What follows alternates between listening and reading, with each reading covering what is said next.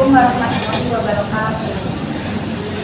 Perkenalkan, nama saya Nabila Ibrahim, NIO 51982. Perkenalkan, nama saya Salma Amalia, NIO 512312. Nama saya Wahidi dengan NIO 52350. Perkenalkan, nama saya Nazrul Saputra dengan NIO 51969. Perkenalkan, nama saya Alifia Nurul Aziza dengan NIO 51971. Perkenalkan, nama saya Sania Wahidi dengan NIO 51204. Perkenalkan, nama saya Rizka Dinastini dengan NIO 512557. Perkenalkan, nama saya Rasid Ali Nur Siddiq dengan NIO 521787. Perkenalkan, nama saya Alfred Nurul dengan NIO 51553. Sika. Di sini saya dan Mas Alvin akan menjelaskan bagaimana posisi dan kedudukan ilmu berdasarkan sudut pandang Islam. Dalam perspektif Islam, ilmu memiliki kedudukan yang sangat mulia. Ayat Al-Quran dan hadis Rasulullah telah banyak menegaskan bahwa pentingnya ilmu dalam kehidupan Islam. Ilmu juga merupakan salah satu term yang telah menjadi discuss dan banyak dijelaskan oleh para ulama dalam karya-karya mereka. Pemahaman terhadap kedudukan Islam tidak hanya mengandalkan aspek sekular, tetapi juga memiliki dimensi spiritual yang mendalam. Seperti yang pertama, ada posisi tinggi di sisi Allah Subhanahu wa Ta'ala. Orang-orang yang mencari ilmu dengan niat yang baik dan mengamalkannya dengan benar dianggap memiliki kedudukan yang mulia di sisi Allah Subhanahu wa Ta'ala.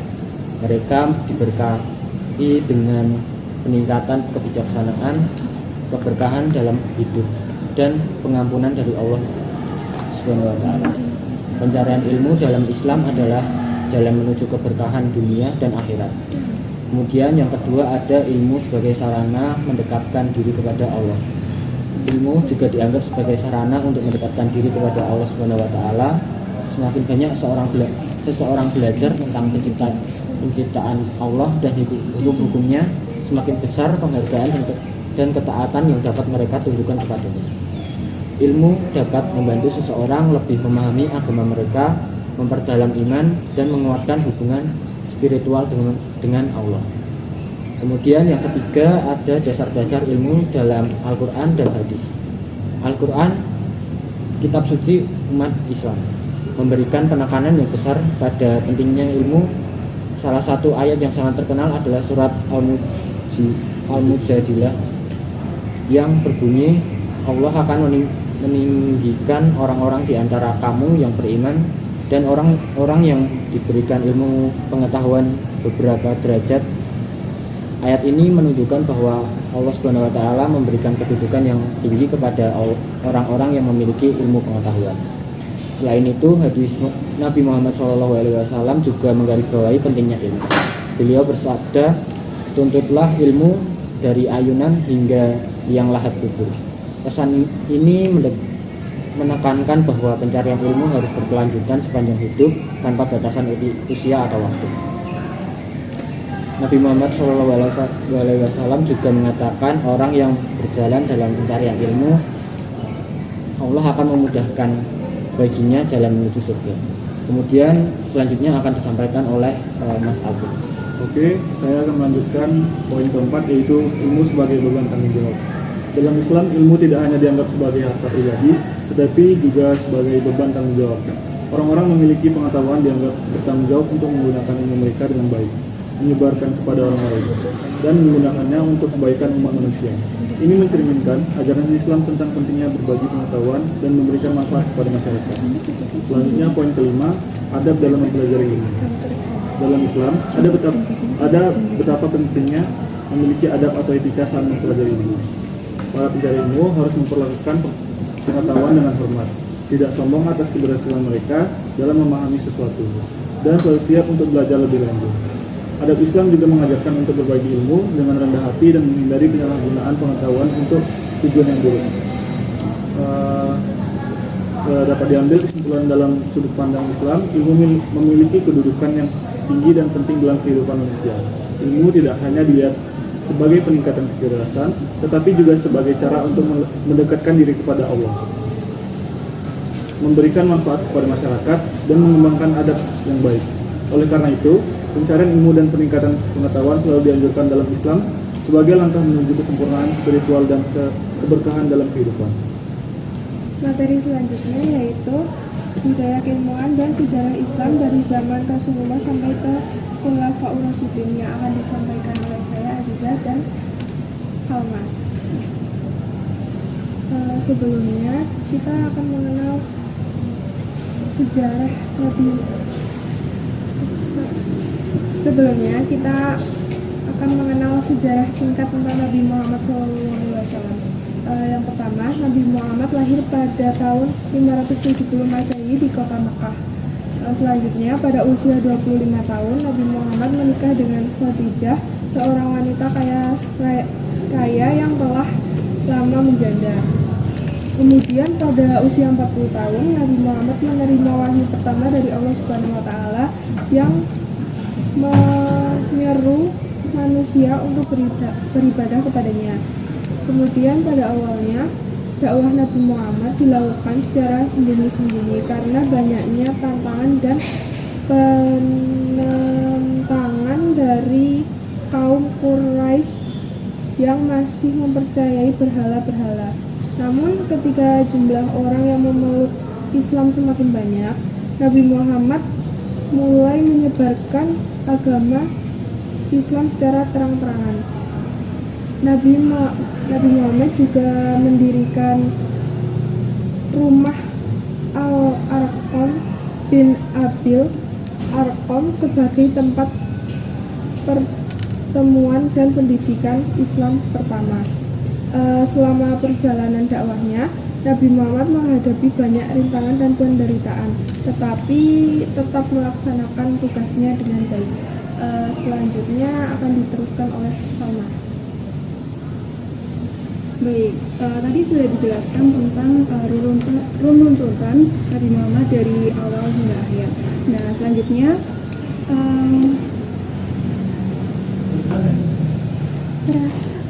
ilmu itu dibangun dari sebuah budaya yang cinta ilmu. Rasulullah SAW pernah bersabda dalam sebuah hadis yang sudah dijelaskan teman saya yang sebelumnya, yaitu tuntutlah ilmu dari buayan hingga liang lahat. Nah, ini artinya Islam menginginkan umatnya untuk terus mencari ilmu sepanjang hidupnya. Karena ilmu ini, maka umat Islam dapat memahami cara yang benar atau syariat yang lurus dalam beribadah kepada Allah Subhanahu wa taala, dalam ilmu yang dapat memberikan manfaat yang sebanyak-banyaknya bagi manusia lainnya. Dan karena kecintaannya dari Nabi Muhammad itulah Nabi Muhammad mengganti nama kota Yathrib menjadi Madinah. Madinah mempunyai makna sebagai agama yang beradab, yang dilandasi berbagai macam ilmu sebagai landasan untuk beribadah kepada Allah Subhanahu wa taala. Dan terbukti sejak kedatangan Rasulullah SAW ke kota Madinah pada tahun 621 Masehi, peradaban kota tersebut menjadi peradaban yang semarak dengan ilmu pengetahuan. Karena peradaban itulah menjadi peradaban yang Islam itu tidak akan pernah bisa dilepaskan dari perkembangan ilmu dan sains. Juga karena Islam sendiri sangat mendorong umatnya untuk mendapatkan ilmu. Itulah mengapa Islam adalah satu-satunya agama yang rasional, bahkan supra-rasional. Sekian pemaparan materi dari kita. Selanjutnya akan dilanjutkan oleh rekan kita. Oke, selanjutnya kita akan membahas tentang perkembangan ilmu dan teknologi dalam sejarah emas umat Islam. Jadi di sini ada 4 periode, yaitu periode awal Islam, Umayyah, Abbasiyah, dan juga modern. Untuk yang pertama, periode awal Islam. Periode awal Islam ini sering juga disebut sebagai fase yang mana kitab suci Al-Quran baru diturunkan di tengah-tengah umat manusia. Periode ini dimulai dari abad ke-7 sampai dengan abad ke-13 Masehi. Periode ini bermula dengan ditandainya kemajuan kepustakaan Arab, pengajaran Islam, dan penyebaran pokok-pokok peradaban Islam yang merangkul 3 unsur penting dalam peradaban, yaitu keagamaan atau akidah, kesukuan atau qabaliyah, dan aristokratik atau aristokratia. Kemajuan periode tersebut ditandai dengan adanya kreativitas umat untuk mendirikan sebuah konsep negara baru dan institusi kemasyarakatan yang bisa berjalan selaras antara institusi negara dengan agama. Kemudian dari sini lahirlah kebijakan-kebijakan baru dari kepemimpinan setelah wafatnya Nabi Muhammad SAW yang mampu membawa kebijakan Islam bisa diterima luas di seluruh kalangan. Setelah Islam mengalami ekspansi wilayah lebih luas, tentu pemeluk Islam bertambah semakin banyak, serta kehidupan masyarakat yang pesat dan meningkat dalam sektor ekonomi. Para pemikir pun datang silih berganti dari seluruh penjuru kota, menjadi faktor utama terhadap cikal bakal lahirnya ilmu pengetahuan dalam Islam. Dalam periode ini, perkembangan ilmu pengetahuan Islam lebih cenderung ke arah ilmu-ilmu syariat dibandingkan dengan ilmu logika. Tokoh-tokoh besar pada masa ini adalah Umar bin Khattab, Ali bin Abi Thalib, Zaid bin Ibnu Sabit, Abdullah bin Ibnu Abbas, Abdullah ibnu Mas'ud, Anas ibnu Malik, Mu'ad ibnu Jabal, dan Abdullah ibnu Amr ibnu As. Selanjutnya akan dilanjutkan oleh Rizka. Masa selanjutnya pada periode kedua itu adalah masa Umayyah. Ilmu yang berkembang pada masa ini itu adalah ilmu syariah, ilmu tarik, ilmu tafsir, dan ilmu hadis, dan juga ilmu-ilmu lain yang disalin dari bahasa asing. Pada masa itu, kota yang menjadi pusat kajian ilmu pengetahuan ini adalah kota Damaskus, Kufah, kota Makkah, kota Madinah, Mesir, Cordova, dan Granada. Nah, pada masa ini ilmu kimia dan kedokteran itu turut berkembang pesat. Contoh tokohnya itu adalah Khalid bin Yazid bin Muawiyah yang menerjemahkan karya-karya Yunani di bidang kedokteran, kimia, farmasi, dan matematika ke bahasa Arab. Dan lalu ada juga Abu Hakam, spesialis bidang farmasi dan obat-obatan dari pil, tablet, hingga ramuan herbal. Lalu yang periode ketiga itu adalah masa Abbasiyah.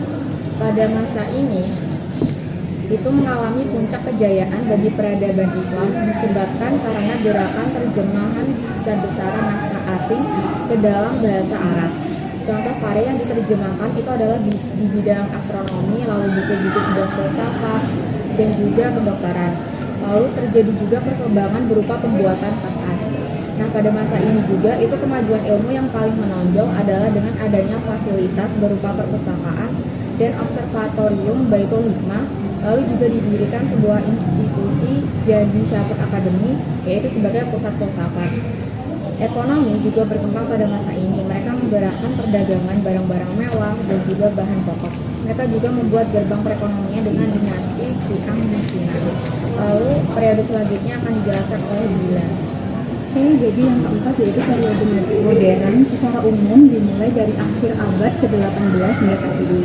Tentu dalam perjalanan perkembangan ilmu pengetahuan di semua negara memiliki corak dan pembaharuan masing-masing. Seperti Indonesia, perkembangan pengetahuan Islam di negara ini tidak bisa lepas dari peran dua organisasi yang besar, yaitu Muhammadiyah dan Nahdlatul Ulama, yaitu asimilasi bangsa Arab dengan orang-orang yang lebih maju dalam ilmu pengetahuan adalah salah satu faktor yang mendorong kemajuan peradaban Islam. Satu, yaitu Islam berkembang menjadi berbagai kebudayaan dengan khazanah pengetahuan yang baru berkat keberhasilannya menyebar ke berbagai negara. Faktor-faktor ini telah berkontribusi pada perkembangan ilmu pengetahuan. Yang kedua, kemajemukan dalam pemerintahan politik, yaitu untuk mengokohkan dinastinya. Dinasti Abbasiyah mengalami strategi yang berbeda dengan dinasti Umayyah. Ini dibuktikan dengan dua cara, yaitu menerapkan sistem administrasi pemerintahan Persia sekaligus memasukkan orang-orang Persia dalam struktur pemerintahan. Kedua, melakukan nikah silam dengan wanita-wanita Persia, bahkan hasil pernikahan ini melahirkan khalifah baru. Yang ketiga, menciptakan stabilitas ekonomi dan politik, yaitu Harun al-Rashid memanfaatkan kemajuan perekonomian untuk pembangunan di sektor sosial, pendidikan, seperti pengadaan sarana belajar bagi masyarakat umum. Yang keempat, dilakukan penerjemahan manuskrip kuno seperti hasil karya jangkauan Yunani ke dalam bahasa Arab. Yang kelima, membangun perpustakaan sebagai pusat penerjemah dan kajian ilmu pengetahuan. Oke, selanjutnya saya akan membahas tentang hadis Rasulullah yang menjelaskan tentang barang siapa yang menanam pohon, maka dia akan mendapatkan pahala dari pohon tersebut dan pahala dari orang yang menanam pohon setelahnya tanpa mengurangi pahala orang yang menanam terlebih dahulu. Jadi dalam hadis ini kita menyimpulkan bahwa Rasulullah SAW sangat menganjurkan kita untuk menanam pohon. Kenapa? Karena di dalam pohon sendiri kita akan terjadi hubungan antara manusia dan pohon tersebut, yang hubungan tersebut adalah hubungan mutualisme, yaitu hubungan pertukaran antara oksigen dan karbon dioksida. Yang kedua yaitu hadis kadang ada hal-hal yang memiliki berkah, yaitu jual beli dengan cara jelas, morodoh dan pertanian. Rasulullah sendiri menjelaskan bahwa ada 3 hal yang sangat memiliki berkah, yaitu antaranya adalah pertanian. Dan di sini kita sebagai mahasiswa teknik pertanian, selain kita memajukan sektor pertanian di negeri, yaitu belajar tentang agrikultur, kita juga mencari berkah dari hadis ini. Yang ketiga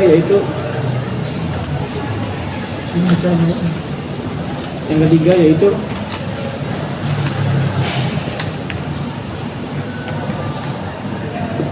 Rasulullah SAW bersabda, jika pada hari kiamat jika kalian tahu jika besok adalah hari kiamat, maka tetaplah kalian menanam bibit. Karena Rasulullah SAW sendiri mengajarkan kita untuk selalu optimis, yang salah satu sektornya adalah sektor pertanian. Kenapa? Karena sebegitu pentingnya sektor pertanian di mata Rasulullah SAW. Hadis yang terakhir yaitu setiap kali ada orang yang memakan buah atau bagian dari tanaman yang ditanam oleh seorang muslim, maka orang tersebut akan mendapatkan pahala setelah dari Allah Subhanahu wa taala. Pahala tersebut akan mengalir hingga hari kiamat. Hari ini kenapa? Karena di dalam tanaman, ketika kita memakan sebuah tanaman, yaitu kita mendapatkan amal jariah dari buah tersebut.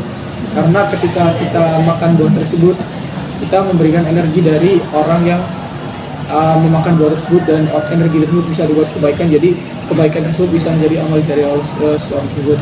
Yang selanjutnya akan dibahas oleh teman saya, yaitu tentang ayat-ayat Al-Quran apa saja yang membahas tentang sektor pertanian. Oke, terkait ayat-ayat Al-Quran yang terkait pertanian sebenarnya teman-teman banyak sekali. Namun di sini saya akan mengambil 2 di antaranya, yaitu surat Al-Quran surat Al-A'raf surat ke-7 ayat 58 dan surat Al-Baqarah surat kedua ayat 22. Surat Al-A'raf ayat 58 memiliki arti, dan tanah yang baik tanaman-tanamannya tumbuh subur dengan izin Tuhan, dan tanah yang buruk tanaman-tanamannya yang tumbuh merana. Demikian kami menjelaskan berulang-ulang tanda kebesaran kami bagi orang-orang yang bersyukur. Nah, dari surat Al-A'raf ayat 58 ini dapat dijelaskan bahwasannya Allah Subhanahu wa taala telah mengatur terkait tanah-tanah yang ada di dunia ini, ada yang baik dan ada yang buruk. Namun Allah Subhanahu wa taala memberikan kelebihan kepada Indonesia, di mana tanah kita diberi tanah yang subur. Dan tentunya teman-teman dapat diketahui bahwa setiap tanaman yang ditanam di Indonesia sangat mudah untuk berkembang dan menghasilkan komoditas-komoditas yang baik untuk pangan di Indonesia maupun di dunia pada khususnya. Nah, kemudian ayat yang kedua adalah ayat ke-22 dari surat Al-Baqarah, yang artinya, dialah yang menjadikan bumi sebagai hamparan bagimu dan langit sebagai atap, dan dialah yang menurunkan air hujan dan dari langit, lalu dia hasilkan dengan hujan itu buah-buahan sebagai rezeki untukmu. Karena itu janganlah kamu mengadakan tandingan-tandingan bagi Allah, padahal kamu mengetahui. Nah, dari sini kita juga dapat mengambil banyak ilmu bahwasanya Indonesia termasuk sebagai negara yang memiliki iklim tropis, sehingga Indonesia hanya memiliki 2 musim, yaitu musim penghujan dan musim kemarau. Nah, dari 2 musim itu Indonesia sangat cocok sekali untuk kita dalam bidang pertanian, sehingga kita sebagai mahasiswa teknik pertanian harus bergerak maju untuk memajukan pertanian di Indonesia ini. Oke, terima kasih. Oke, sekian dari kelompok kami. Ada lagi nggak? Terakhir. Oke, sekian dari kami.